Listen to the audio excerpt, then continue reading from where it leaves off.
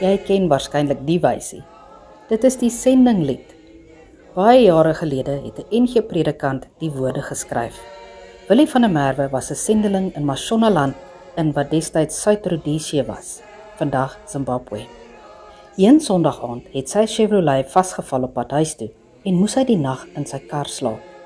Daardie aand het hy die woorde geskryf van ek wil sing van Jesus liefde. Dit is later getoonset op die wysie van I will sing of my Redeemer en dit is die sendinglied genoem.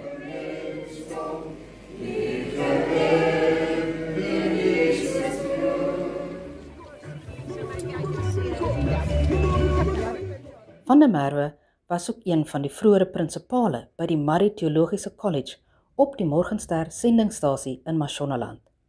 Die stasie is in 1891 begin deur nog 'n sendeling, A. Alou, wat saam met 'n paar Basotho evangeliste op 'n ossewa daar aangekom het.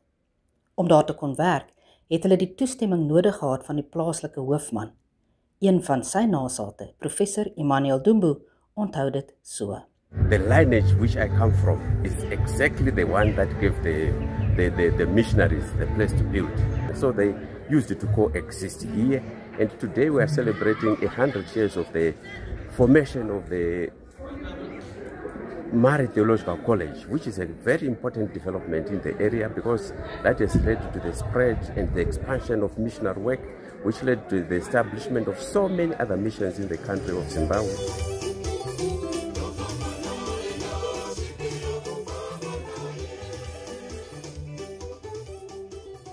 Dertien van die nasate van daardie eerste sendelinge het in November uit Suid-Afrika die 100-jarige viering van die Murray Theologiese College kom bywoon.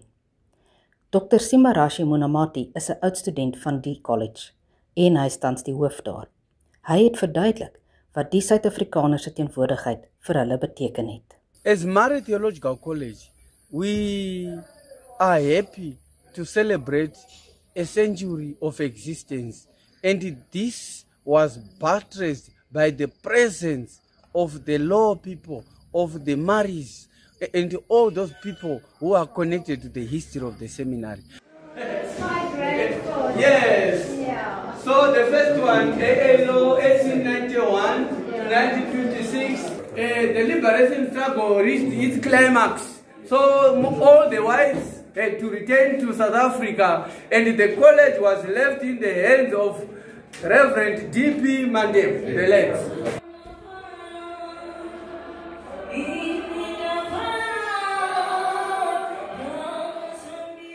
En voor die besoekers weer in die pad val, groet hulle die mense van Morgenster met die woorde wat daardie sendeling dekades gelede hier gepen het.